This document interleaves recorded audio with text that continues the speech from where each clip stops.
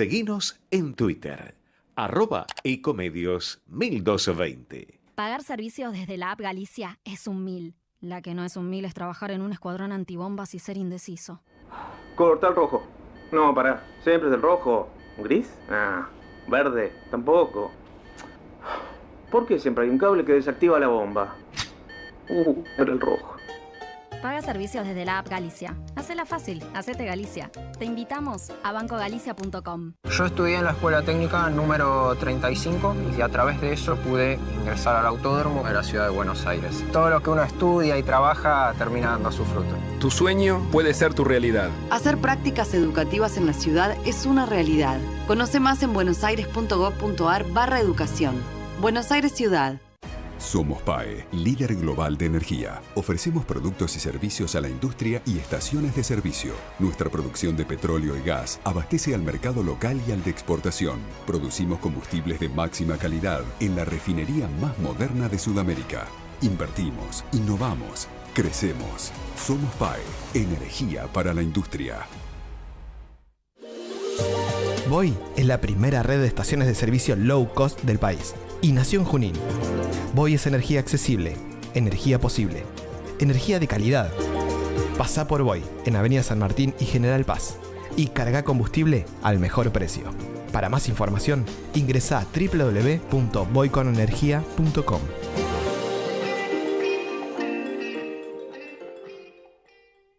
Estudia actuación en Timbre 4. Niños, adolescentes, adultos. Dirección Claudio Tolcachir. Informes en www.timbre4.com.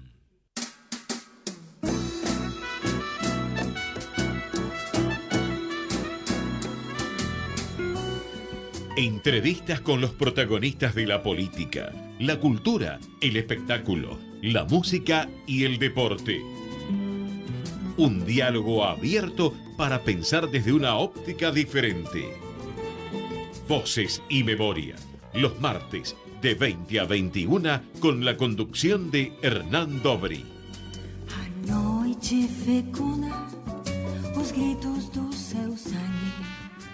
Buenas noches, bienvenidos a una nueva emisión de Voces y Memorias.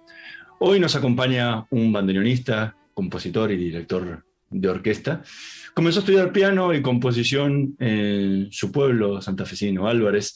A los 10 años su padre le regaló un bandoneón del que es autodidacta. Estudió música con el maestro Schneider y armonía y contrapunto con Luis Mirisi. Debutó profesionalmente a los 16 años en el estudio LT3, Radio Serialista de Rosario, con la orquesta del profesor Schneider. Luego formó parte de los Cuatro Señores del Tango y a los 19 años se unió a la orquesta de José Basso, con la que desembarcó en Buenos Aires. A partir de así su carrera no paró de crecer hasta convertirse en uno de los más importantes bandoneonistas de la actualidad. Ha tocado las orquestas de Franchini Pontier, Héctor Stamponi, José Basso, Attilio Stampone, Horacio Salgani, en el conjunto que acompañaba al polaco Goyeneche, entre otros. Se presentó junto al cantante Frank Sinatra con la orquesta dirigida por Don Costa. Participó con Astor Piazzolla y Horacio Ferrer en María de Buenos Aires. Como compositor se destacan 2 suites para orquesta de cuerdas que fueron estrenadas por la Orquesta de Cámara de Rosario, dirigida por Luis Milisi. Participó también de la película Sur junto a Goyeneche. Fue uno de los directores de orquesta de música argentina, José de Dios Filiberto. Ha compuesto música para películas como Un muro de silencio, Quereme así piantado, Notas de tango y para el programa Tiempo cumplido. Dirige la Orquesta de Tango de Buenos Aires y la de la Escuela de Tango Emilio Balcarce. En los últimos años ha conformado un dúo junto al contrabajista Juan Pablo Navarro. Entre algunos de sus álbumes se destaca Cuarteto Quinteto Septímino, Homenaje a Buenos Aires, Tango del Sur, Las canciones del tango, Un bandoneón de Buenos Aires, El amanecer, Esperanto, Robustango, Tiempo esperado y Sobre imágenes, entre otros tantos. Durante su carrera fue galardonado con premios como el Conex y el Grammy Latino en la categoría de Mejor Álbum de Tango. Fue nombrado personalidad destacada de la cultura de la ciudad de Buenos Aires. Hoy nos tomamos un café con Néstor Marconi. Muchísimas gracias por estar hoy con nosotros. Gracias, buenas noches y bueno, sabes más que yo, pero quería hacer alguna corrección. Ok. Porque a veces los currículum uno no modifica, ni siquiera le agrega, pero mucho menos los corrige. Yo ya no estoy con la Orquesta Escuela Emilio Balcarce. Sí, estoy director de la Orquesta del Tango en la Ciudad de Buenos Aires y como invitado de la Orquesta de Música Argentina, Juan de Dios Filiberto. Bueno, no sé si hay otra cosa que por ahí ya no estoy haciendo más, pero sí lo que sigo es también enseñando el Sadaí en la Escuela Sebastián Piana, en formación de bandoneón y compositores. Bueno, lo malito de todo esto es que uno está en actividad y quisiera seguir así siempre hasta que esté en este mundo. ¿Y qué es lo que le transmite después de tantos años de tocar el bandoneón y habiendo sido autodidacta? ¿Qué es lo que le transmite a sus alumnos cuando les enseña el difícil oficio que tiene este instrumento? Bueno, yo trato de que todo lo que fui aprendiendo también de mucha gente, o sea, que uno tiene que ser una fusión de todo lo que escucha, de todo lo que ve, de todo lo que le gusta. Yo, por ejemplo, te detallé un tema que grabé de Leopoldo Federico, que se llama Retrato de Julio Ahumada. Eran dos grandes banderitas, no voy a decir nada nuevo, pero yo no fui, por ejemplo, alumno de ellos y aprendía mucho mirándolo, escuchándolo. Yo casualmente una vez le dije a Leopoldo, porque me sabía ver en lugares cuando él tenía el trío con Bernichelli, perdón. Sí, acompañaban a veces a Bernichelli también. Y dice, bueno, me decía, nene, en esa época, te veo muy seguido por acá, digo, porque me vengo a alimentar. Dice, le decía, yo lo escucho a usted y voy a mi casa con ganas de estudiar el bandoneón, que es a las 3, 4 de la mañana. Entonces, yo le transmito eso a los alumnos que sí bien hay que estudiar instrumentos, hay que estudiar la música, desde el vamos, desde su comienzo, desde las bases, pero todo está dentro de uno. A veces las cosas, no por arte de magia, sino son innatas, salen sin necesidad de que uno diga, yo aquí voy a tocar este instrumento. Y bueno, me contagio todo ese entusiasmo que lo sigo teniendo siempre y espero no perderlo nunca, y todo ese interés de, sí, estudiar, pero de escuchar y ver todo lo que hacen los demás y sobre todo lo que uno tiene como ícono, como ídolo. Algo que me llamó la atención de su historia es que empezó a estudiar de muy chiquitito piano, pero en el seno de una familia trabajadora, porque su papá era un trabajador de Swift, ¿no? Sí. Y digo, usted vivía en un pueblo interior de la provincia de Santa Fe, su padre era un obrero, digo, que lo volcaran a estudiar piano de tan chiquitito. Eso me llamó particularmente la atención. ¿Cómo fue ese comienzo con la música? Bueno, espero recordar bien todo eso. Primero, lo del piano, a mí me entusiasmaba mucho la música y yo tenía una vecinita que estudiaba el piano y yo la escuchaba y me empezó a interesar y bueno, ella me empezó a enseñar algunas cosas así, como un juego. Y bueno, ahí arranqué. Lo del bandoneón, hay una cosa que no se dice en ningún currículum, creo. Mi padre había intentado de joven estudiar ese instrumento. Pero claro, su trabajo, vivían en el campo, no se lo permitía porque, bueno, no solamente por las horas de trabajo, sino como físicamente tenía las manos, ¿no? Y había intentado tocar este instrumento, digo, y llegó a hacer una frasecita de un tango que se llamaba Si soy así.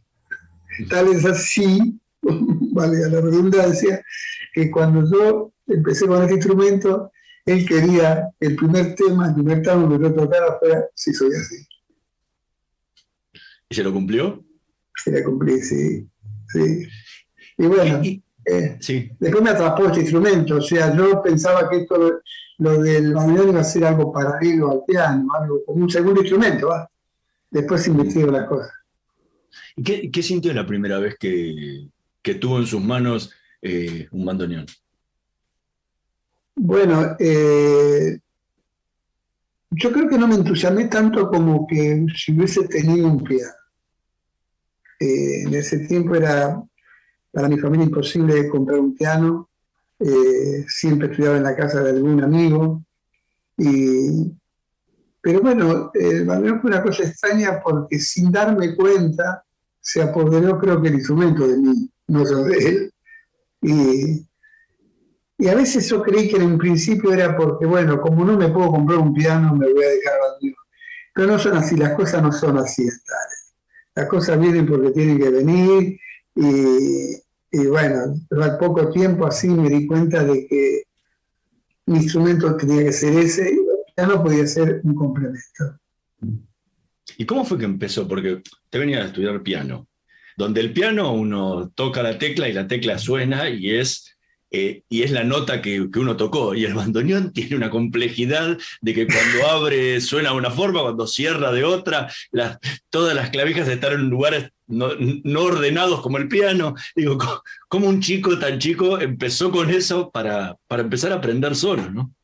Sí, es medio chino, ¿no? Pero yo me acuerdo que vagamente que había un libro, yo me había conseguido, un libro que ya no existe más, es muy antiguo, que estaban las figuras, igual después los demás siguieron usando el mismo esquema en los comienzos de los ejercicios, qué sé yo.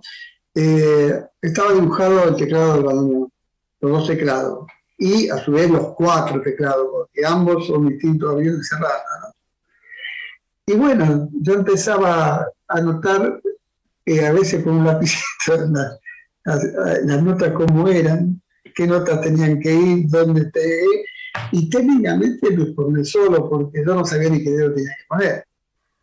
Pero a mí me ayudó mucho, y enormemente, digo no mucho, estudiar el piano porque era una forma de que ya acomodaba la mano. O sea, los dedos tenían independencia, las manos tenían independencia, y bueno, se me facilitó así la cosa. Y ya estudiaba música, y bueno, a través de la música, a través de gráficamente como tenía dibujado el bandoneón, bueno, lo iba asimilando. Hay gente que, como el caso de Rubén Juárez, eso sí que era admirable porque él no sabía nada de música y agarró el bandoneón y empezó a meter los dedos donde podía. Y así se llegó a tocar verdaderamente, bueno, de una forma que se puede decir que tocaba bien, ¿no? No, yo estudiaba música y estudiaba el piano y eso me ayudaba. Y usaba los ejercicios del piano, los adaptaba para el bandoneón. Recién hablaba de los orígenes. Vamos a escuchar uno de los temas que eligió para esta noche de Voces y Memorias, Retrato de Julia Ahumada, en la versión del dúo Marconi Navarro.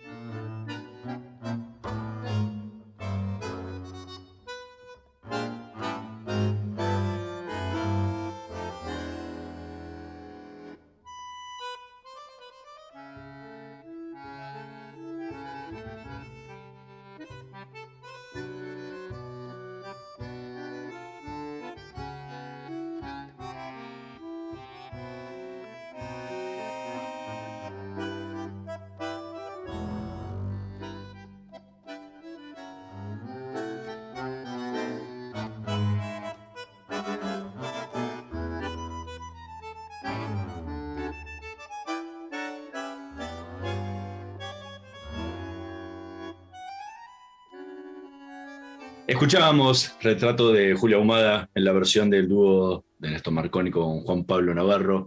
Recién explicó algo, un poquito de por qué eligió este tema, pero ¿qué es lo que le representa este tema que hizo en vivo con el dúo?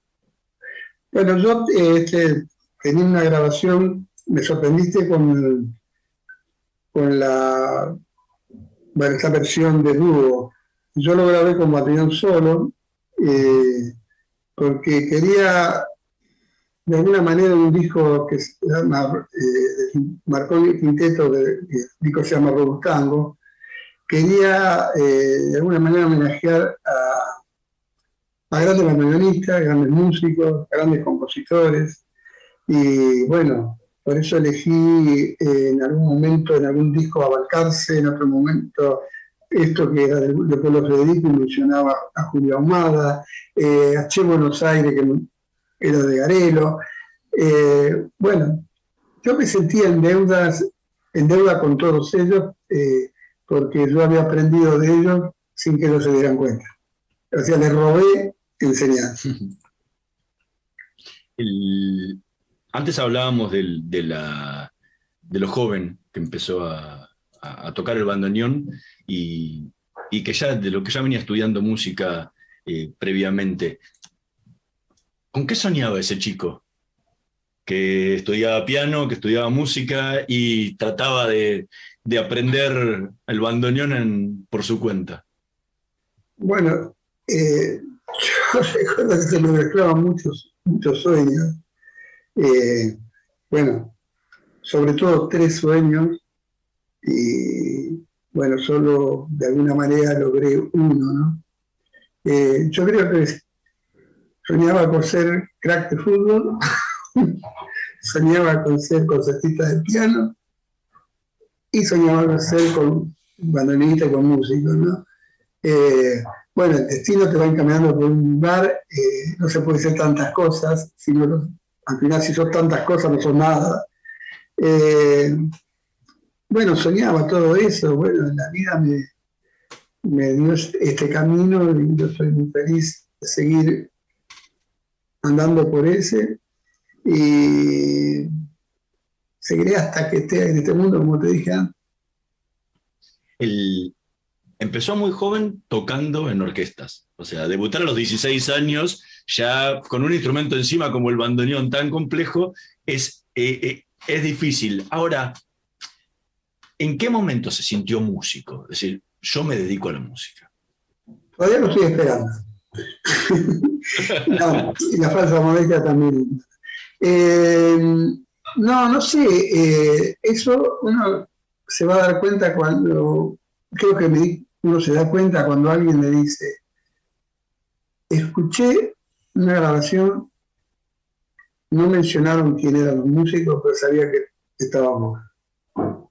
Entonces, cuando uno lo empieza a identificar sin que lo anuncien, sin que lo vea, es cuando uno realmente se siente intérprete, o te dicen, esta vez lo seguro es tuyo, por la forma, por esto, por aquello. Bueno, también te identifican sin que salga tu nombre. Creo que esa es la mejor forma de que uno se sienta y que diga, bueno, empecé o soy músico. ¿Y cómo definiría hoy, después de tantos años, el sonido Marconi? Bueno, no sé, qué sé yo sigo trabajando con mis cosas, sigo escuchando y sigo tratando de aprender, y todo lo demás lo diga la gente. Yo no me juzgo a mí mismo porque, al contrario, soy mi peor enemigo. Pero bueno, siempre trato de, en lo que puedo, superarme y crear. Pero si le tuviéramos que explicar a la gente, ¿qué características son las que busca con el sonido tan característico que tiene de tocar? No sé, eso es innato. Yo creo que la interpretación, yo le aconsejo a los alumnos que escuchen a todo el mundo, como dije antes, pero que no imiten a ninguno, que se busquen a sí mismos. Que siempre hay algo nuestro, por más que uno sea fusión de un montón de gente, de un montón de músicos, de un montón de intérpretes. Pero siempre eso, a veces de forma casera le digo, eso se arma un guiso, un estofado, y después el gusto es el personal de uno. Totalmente. A los 18 años le tocó pasar una prueba complicada, o sea, es como saltar de la tercera o de la cuarta de un equipo de fútbol a debutar en primera directo, que fue cuando la Orquesta de Vaso se quedó sin su bandoneonista en Rosario y le tomaron una prueba Juan Carlos Vera y Florian Ruiz, ni más ni menos, para ver si calificaba como bandoneonista de la orquesta. ¿Qué sintió en ese momento, con apenas 18 años, sentado entre dos monstruos así y poniéndolo a prueba? Bueno, sí, fue tremendo. Pues yo creo que las ganas y la felicidad que me producía o que me iba a producir si lo lograba, superó los nervios. Yo tenía mucha facilidad para leer a primera vista, y fue lo primero que les impresionó, especialmente a Juan Carlos Vera. Y bueno, en ese momento, qué sé yo, no era que era un respetuoso que me llevaba el mundo por delante, pero tenía tanto entusiasmo, tantas ganas, tanta fuerza, que igual estaba muy nervioso, no sé si me calculaban por dentro, me veía un solo temblor en el cuerpo, pero lo superé. Y a los pocos días de estar en gira, me dice Pepe, dice, claro, vos vivís en Rosario, dice Nelly, dice, ¿te gustaría ir a Buenos Aires? ¿Te imaginas que a los 18 años, viviendo en Rosario, tocando el bandoneón, y que esa orquesta que era re popular, re tanguera, te diga, ¿querés quedarte en la orquesta? Y yo ya estaba en Buenos Aires antes que él. Así que, bueno, para mí fue, como digo siempre, entrar por la puerta grande. Para mí eso fue bárbaro. Siempre lo voy a recordar a Pepe, no sé, no quiero decir como un padre, pero no sé, el Mesías. Aparte, gracias a él. ¿Cómo? Sí, no lo escucho, gracias a él. Yo digo que gracias a él yo empecé a hacer mi carrera. Y bueno, estar acá y conocer la gente, de ahí empecé a conocer y involucrarme con ellos. Bueno, de ahí eso fue la piedra fundamental. Porque aparte vivía en un mundo que para la gente de su propiedad no existía. O sea, tocar a las noches entre los clubes, iban de un lado para el otro. Digo, era todo un mundo para un chico que de repente, y encima llegar a la gran ciudad, a Buenos Aires. ¿Cómo vivía esa época como un adolescente grande ya, no? Y de estar, como decimos, en un lugar que tocábamos los carnavales, los días que más seguido tocábamos, pero después era una vez cada tanto. Bueno, llegar a Buenos Aires, inclusive antes de irme, que cuando saludé a gente, me decían, pero vos estás seguro que vas a hacer, ¿sabés lo que es Buenos Aires? Te vas a ir a Buenos Aires. Era como una cosa monstruosa, ¿no? Bueno, llegar aquí y del primer día arrancar a tocar en Marabú y en el Teatro Maipo, doblete todos los días. Y había un día a veces que no hacíamos ese doblete porque teníamos algún baile que se hacía en ese tiempo, que puede ser el River, Independiente, no sé, dónde fue. Era una cosa que yo no entendía nada. Casi me acobardó al principio porque era tanto trabajo, ¿cuándo se para esto? Bueno, como dijiste vos, era de salir del potrero y entrar a jugar en la selección, ¿viste? Y entrar a entrenar todos los días. ¿Y cuánto influyó el apoyo que le dio su padre para poder adaptarse a Buenos Aires al mudarse la familia completa para Buenos Aires? Se vinieron todos para acá. Sí, mi papá pidió el traslado al SUIF de acá de Buenos Aires, que estaba acá en la calle Cangallo y... Sí, ahí por 11, sí. Y... No, se vinieron todos para aquí. Estamos conversando con Néstor Marconi. Vamos a hacer una pequeña pausa y en un minutito más volvemos con más Voces y Memorias. No se vayan. Vamos la radio, somos tu voz. Vamos con Eco, siempre la verdad y la mejor información. Estamos llenos de historias verticales. Gira tu celular. En Catamarca tenés algo distinto para contar. Girá, girá, no te pierdas de nada. Vení a contar una historia distinta.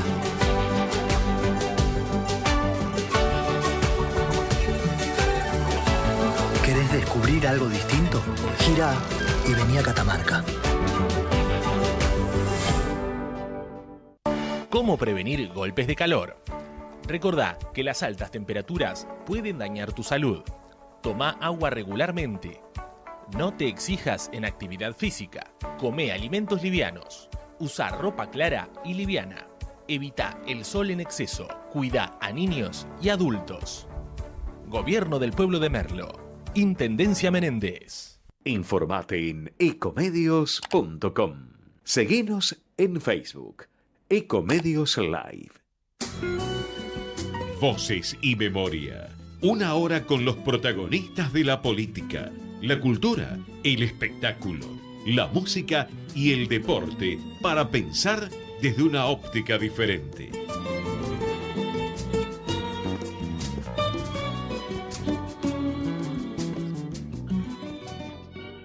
Seguimos en Voces y Memorias conversando con Néstor Marconi. Recién hablábamos un poco de eso, de esa llegada a Buenos Aires y de cómo después se fue afianzando y obviamente de llegar hasta la actualidad.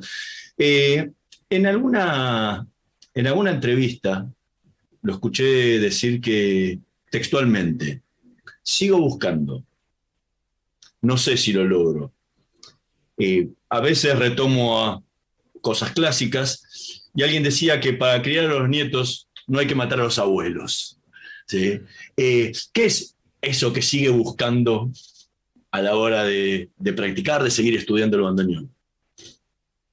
Yo creo que es el afán de no conformarse, de no decir llegué, como dijo Ferrer en un poema, la cosa no está en llegar sino en seguir. Yo creo que es un afán que es de eso, a veces yo, por ejemplo, yo una vez que grabo, una vez que toco algo, o una vez que escribo algo, ya después no lo quiero volver a escuchar, por temor a repetirlo. O sea, no es algo que está definitivamente que está pensado, decir, bueno, yo quiero llegar a tal cosa. No es algo concreto, es la ansiedad de seguir, y seguir y seguir. Lo que me llama la atención es la coincidencia con la opinión con José Colangelo, porque ambos dicen lo mismo, o sea, que siguen practicando, siguen estudiándolo, y que ambos dicen que todavía el instrumento no lo aprendieron. Digo, pobre para los que están empezando, ¿no? Si todavía no lo aprendieron ustedes. Yo creo que siempre hay algo para aprender, siempre hay algo para, no sé, mejorar. Yo no paro nunca de estudiar, y es más, yo, bueno, te conté por un problema, ahora estoy sin tocar el bandoneón por unos cuantos días, pero después cuando yo retomo, yo me tomo fácilmente 4 o 5 días por semana, un par de horas para estudiar el instrumento. Y agarro cosas que yo escribí, por ejemplo, que veo que son complicadas para los alumnos, y busco por qué es complicado y por qué esto, y aparte me sirve a mí como técnica. Siempre es tratar de superarse y de seguir adelante. Yo creo que es una forma de estar siempre con el mismo entusiasmo a pesar de la edad. Lo que me llama la atención es que aparte los dos dedican buena parte de su tiempo a estudiar y a escuchar música clásica o jazz, y no tanto abocados al tango. No, claro, yo pienso que uno lo que hace, ya lo escuchó de joven, o sea, me refiero al tango, ya lo escuchó con gente como yo mencioné, Salgán, Franchini. Yo tuve la suerte de tocar con esa gente que, bueno, maravilloso, con un talento especial que, bueno, como dije de Leopoldo, le robaba enseñanza. Y bueno, en estos tiempos uno ya no quiere sentarse y escuchar un tango, ni mucho menos lo que ha grabado, sino escuchar otro tipo de música. Y bueno, y la música clásica es otro nivel. Uno lo piensa también para orquestar, como suena yo tengo un montón de partituras de obras clásicas de Beethoven, Liszt, Chopin, bueno, Debussy, Ravel, bueno, Tchaikovsky, qué sé yo. Entonces, lo importante es saber cómo trabajaban esos maestros, esos genios de la música, y ver que lo que está escrito, uno cree que eso no puede sonar tan bien. Bueno, de ahí la genialidad de que lo escribió, ¿no? Y por eso, bueno, uno no es que ya sepa todo lo del tango, porque siempre el tango tiene algo más. Y cualquier música folclórica, cualquier género, siempre hay algo más para hacer. Pero bueno, esto es como no decir otra vez sopa. No, y aparte encontrarle vueltas, ¿no? Diferentes. Sí. Y no quedar solamente encerrado en el tango, ¿no? No, tiene que ampliarse. Otra de las cosas que digo a los alumnos, escuchen otra música. Bueno, depende de qué música. Pero, porque si no, uno sí, claro, se encasilla, no ve más allá de lo que es el tango, y eso no hace bien. Y hoy, después de tantos años de tocar, ¿qué siente cuando tiene el bandoneón en las manos y se pone a tocar? El mismo entusiasmo de siempre, las mismas ganas de siempre, o tal vez más. Y bueno, tal vez uno ahora, hay una edad que no es que se aplaque, porque vos mencionaste a Pepe. Colangelo es un tipo que, como yo le dije la vez pasada que estábamos haciendo un homenaje a Piazzolla, le dije, transpira más que cuando eras joven. O sea, te pones más cara que antes. Y es la verdad.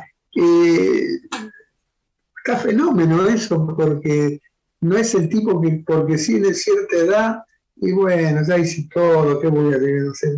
Ya no tengo más nada para hacer, no, siempre. Y no perder el entusiasmo con el instrumento, las ganas, la interpretación, vivirlo.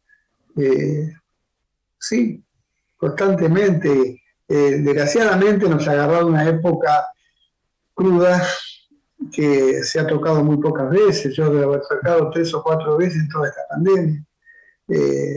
Pero a mí me gusta, por ejemplo, los lugares como hay ahora, íntimos, de poco espacio, poca gente arriba del escenario, tocar con dúo, con trío, no más. Y bueno, estar todo el día con la responsabilidad y el desafío, porque necesito tocar con una orquesta. Está más distribuida la cosa. En cambio, 2 o 3, siempre la responsabilidad la lleva. Eso es maravilloso. Ojalá pudiera hacerlo todos los días.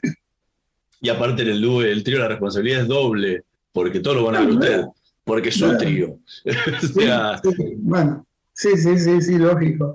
Bueno, yo tengo la suerte de tocar con mi hijo, que es un excelente pianista, pero además pasa por otro lado, pasa por la sangre directamente. Y tener un contrabajista como Juan Pablo Navarro, que es excelente.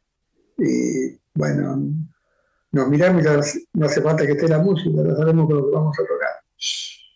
se adelantó mi pregunta. ¿Qué es lo que siente cuando toca con su hijo? Bueno, ahora me acostumbré. Igual hay un poco de cosas de estar cuidándolo, ¿no? Esa cosa de padre que uno nunca pierde, ¿no? Pero al principio sí, era hasta me daba la impresión de que me anulaba yo mismo por estar atento a que él se sintiera bien. Y, sin embargo, desde un principio, desde muy joven, también empezó, creo, 17, 18 años, en el gran debut, en ATC, que era en ese tiempo, que hacíamos ese programa, y él estaba muy tranqui. El que estaba nervioso era yo. No, pues también tiene otra responsabilidad, ¿no? Porque los hijos son capaces de decirle y marcarle cosas que por ahí otro miembro de la orquesta no lo haría. Digo, por la cuestión del respeto. Digo, los hijos en eso son más desinhibidos. Dice, papá, te equivocaste, ¿qué hiciste esto mal? Sí, no, hay otra cosa. Él me dice muchas veces, dice, y más en aquella época de ATC, me decía, con otras palabras, para no decir ninguna cosa fea, me decía que yo lo retaba constantemente y a los demás no le decía nada. Digo, bueno, es porque le decía, yo tengo más cuidado en lo que haces vos en que lo que hacen los demás. Es difícil separar esa parte, pero bueno, ahora ya estamos acostumbrados, son años, en aquel tiempo era un niño casi. Bueno, justamente que estamos hablando de su hijo, vamos a escuchar el segundo tema que eligió, que es Tiempo Cumplido, justamente la versión del quinteto de Néstor Marconi.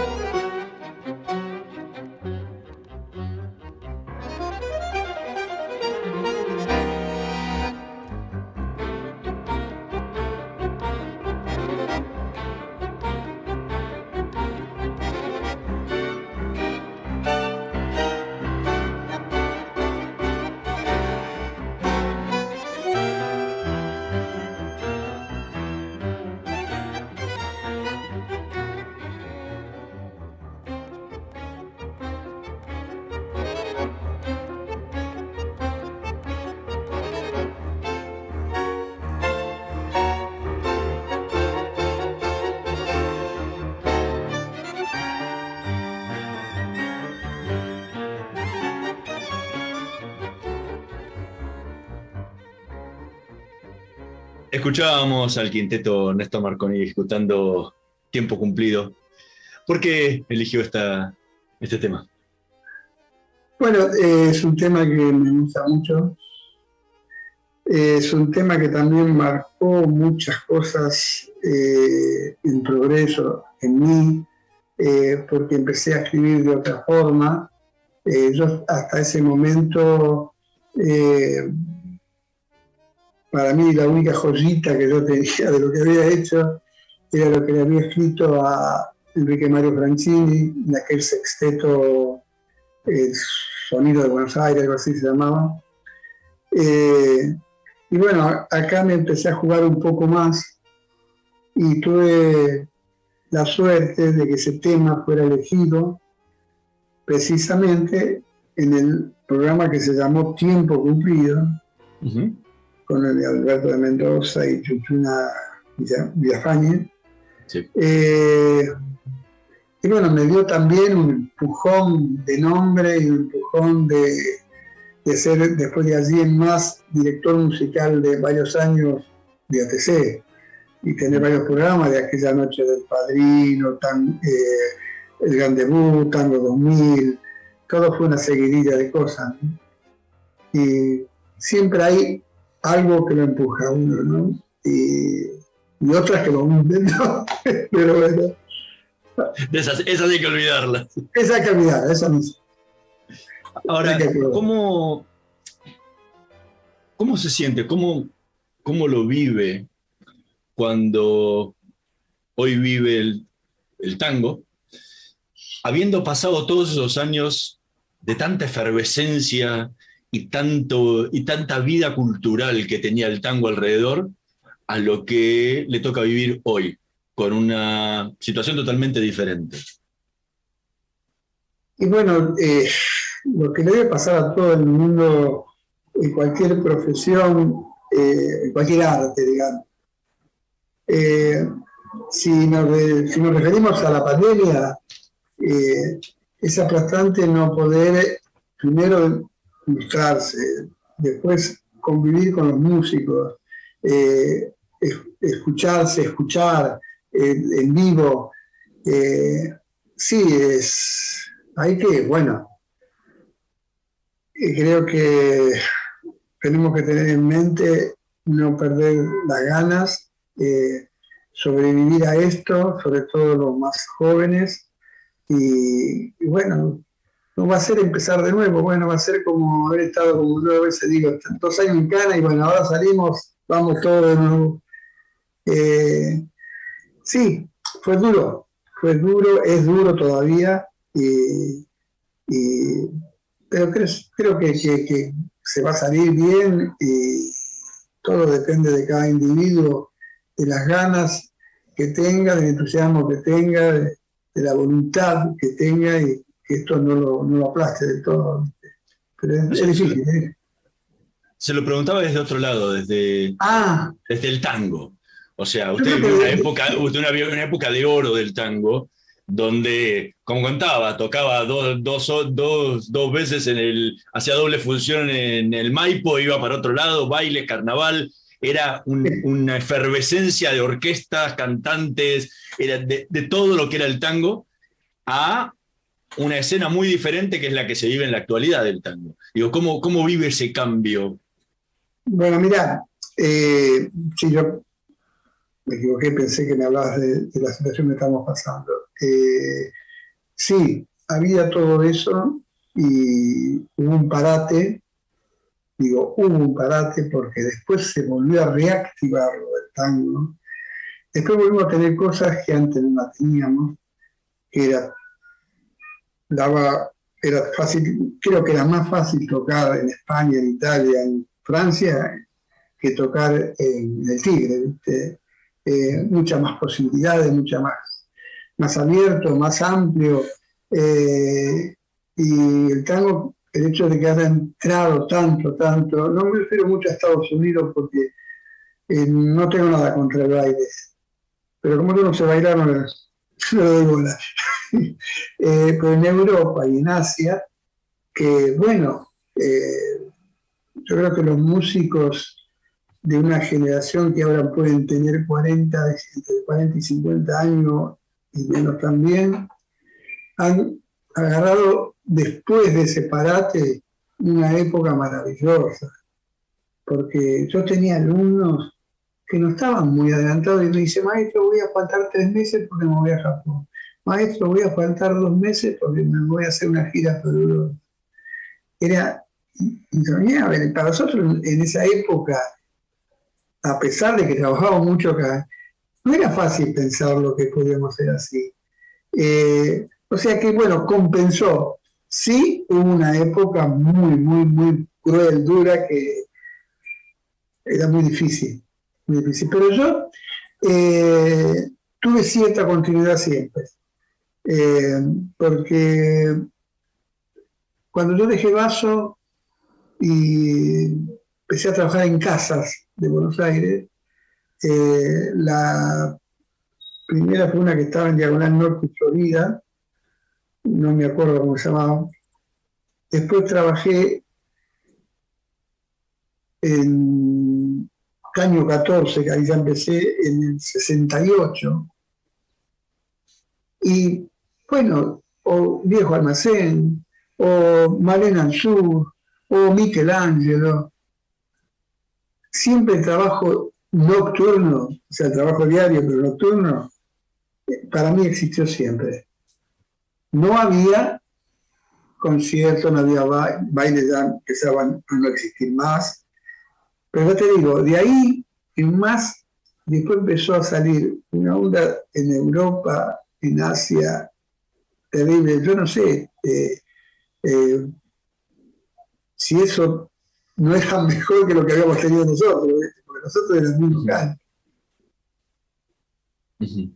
Y a nivel de composición, ¿cómo trabaja? Porque recién contaba lo que había escrito para Franchini.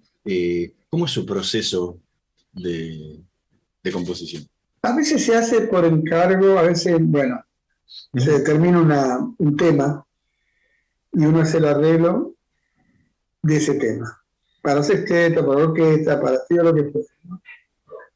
Pero a medida que está haciendo la orquestación, el arreglo, uno va componiendo, porque no hace el tema y todos tocan lo mismo. Entonces, al hacer un contrapunto, al hacer una armonía distinta, todo es composición. Y muchas de esas cosas que uno siente cuando está haciendo el arreglo, después pasan a ser temas de uno. Modificado, pero ya hay una célula para hacer el tema. Y me gusta esto. O a veces uno va caminando, a mí me gusta mucho ir a trotar, a correr, y en la cabeza se cruza una idea melódica, que uno ya ahora piensa, a ver, ¿es mío o se me quedó en la cabeza de alguna vez que la escuché? Es un gran problema. Ese es un gran problema, así como frases que a un escritor le pueden quedar y decir, bueno, lo habré leído en algún lado esto. Y bueno, es eso. A mí me encanta componer y orquestar, me encanta, es un desafío constante y ahí también uno busca innovarse, busca ser distinto. Ojo, no por ser distinto escribir cualquier cosa, ¿no? Sino dentro de lo que... No, quería decir, dentro de lo que suene tango, si tenés que escribir tango, o lo que suene folclore, si tenés que escribir folclore. No, le preguntaba algo que le pasa mucho a muchos músicos, y es la obsesión por no repetirse. Justamente hablaba del no copiar de otro, pero también no terminar copiándose uno mismo. Claro. ¿Cómo hace para evitar salir de ese lugar? Por ahí un lugar de tranquilidad, ¿no? Que uno está ahí y sabe que se recuesta en ese estilo. Yo pienso que es inevitable algo que es tener una cierta personalidad. Como para tocar, como para sacarle un sonido X al instrumento, también para orquestar. A veces hay gente que dice, por decir algo malo de Astor, dice, pero hay tangos que son como chorizos ellos. Sí, pero dentro de cada 10, 15 tangos que hace, temas que hace, siempre hay uno o dos que son bárbaros y es suficiente, ¿no? Pero lo que pasa es que es uno mismo. Usa las mismas palabras para hablar, camina de la misma forma, se viste de una forma. Es inevitable eso que suene a Piazzolla en su caso, o tal vez de que lo que yo escriba suene a Marconi. Bueno, lo que uno tiene que tratar de evitar es escribir siempre melódicamente lo mismo. Ahí, bueno, hay que tener cuidado, como te dije antes, no lo hice muy correcto, se me pega una melodía en la cabeza y digo, ¿será mío o lo escuché en algún lugar? Porque los caminos están muy transitados. Totalmente. Y en el caso de cuando escucha una orquestación, porque ha compuesto para orquestas y ha tocado con orquestas sinfónicas en todo el mundo, ¿qué siente cuando ve esa obra plasmada en la música? Porque cuando uno va componiendo para tantos instrumentos no lo está escuchando. Pero cuando está la orquesta ahí sí, escucha todo eso que tuvo en su cabeza. ¿Qué siente en ese momento? Te voy a decir que una cosa es real y la otra no es así, de las que dijiste. La que no es así es que uno no lo escucha antes de que suene la orquesta. Uno tiene que sentir la orquesta en la cabeza. Sí, si no podés... Sí. No escucharlo en el sentido literal, digo. Sí. Pero quería decirte esto. Yo le digo a los alumnos de composición, no. El asunto no es a ver cómo tocarlo, a ver cómo suena esto, a ver tocar. La computadora ha sido un mal, no sé si necesario, pero un gran mal. Porque hace que todo suene o bien o mal. Pero suena de la misma forma todo. No hay demasiada inspiración si una cosa pasa a través de una máquina. Yo creo que le pasa a todos los orquestadores, siente los instrumentos en la cabeza. Si va a ser un solo de clarinete, como un solo de violín, como un solo de saxo, como un solo de bandoneón, como un grupo de un team de brass o cuerdas, le tiene que sonar en la cabeza. Y la segunda cosa que dijiste, sí, eso es maravilloso, saber que vos lo escuchás y decís, esto es lo que yo quise escribir. Que no sea un guión, esto no es lo que quise escribir. Y bueno, eso me sigue sorprendiendo siempre. Yo tengo obras para orquesta muy grandes. Antes de la pandemia tuve la suerte esa obra la hice en muchos lados, pero una orquesta maravillosa de Osaka, en Japón, y es una obra que me sigue sorprendiendo, a pesar de que ya lleva como 20 años de estar escrita. Y cosas que he hecho con Marta Argerich, y orquesta de cámara, y todo, bueno, y escuchar y satisfacerme a mí mismo, ¿no? De lo que escribí. Eso es maravilloso. Es maravilloso también lo que suena en la orquesta, por ejemplo, la orquesta del tango, o en la orquesta de Juan de Dios Filiberto, que son grupos grandes, y vos sabés que suena bien lo que vos escribiste, en todo un grupo de gente. Eso es hermoso. Es otra vida que vive el músico si es orquestador y compositor. Néstor Marconi, muchísimas gracias por habernos acompañado esta noche en Voces y Memorias. Fue realmente un placer haber podido conversar con usted. Bueno, muchísimas gracias a vos y al programa. Y bueno, cuando quiera, a vuestra disposición. Nosotros nos vamos a reencontrar la próxima semana en la operación técnica Carlos Heinze y Gerardo Subirana. En la edición Javier Martínez. Nos vemos la próxima semana. Chao. Cobrar con QR Galicia y recibir la plata en el momento suena muy bien. Lo que no suena bien es tener una escuela de tap en el piso de arriba. Oh, mira, este tema es nuevo. No lo tenía. Cobra con QR Galicia. Hacela fácil, pedilo. Te invitamos a bancogalicia.com. Secundario lo terminé a los 26, me siento cómodo y realizado como persona. De hecho, de tener títulos secundarios como que te abre esas puertas que están muy buenas. Tu sueño puede ser tu realidad. Igual que Boris, vos también podés terminar el secundario desde donde vivas y a cualquier edad. Conoce más en buenosaires.gov.ar/educación. Buenos Aires Ciudad. Somos PAE, líder global de energía. Ofrecemos productos y servicios a la industria y estaciones de servicio. Nuestra producción de petróleo y gas abastece al mercado local y al de exportación. Producimos combustibles de máxima calidad en la refinería más moderna de Sudamérica. Invertimos, innovamos, crecemos. Somos PAE, energía para la industria.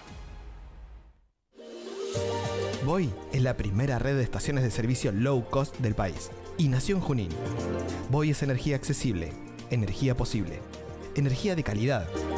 Pasá por Voy en Avenida San Martín y General Paz y carga combustible al mejor precio. Para más información, ingresa a www.voyconenergia.com.